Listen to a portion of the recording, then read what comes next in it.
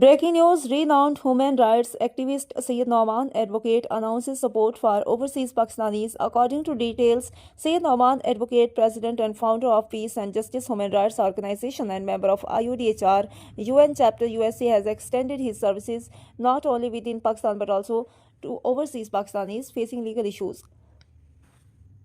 In his statement, he announced that overseas Pakistanis who are facing problems related to land disputes, illegal occupation of property, or any legal complication in Pakistan can contact his team for assistance. Syed Nouman, advocate, invited overseas Pakistanis, stating that if you are facing any issue regarding your land or property in Pakistan, you can send your details, and his team will provide full legal support and guidance.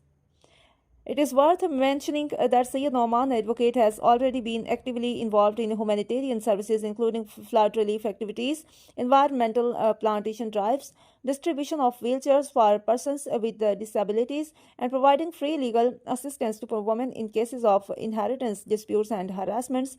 He reaffirmed his commitment to justice, equality, and the protection of human rights at both national and international levels.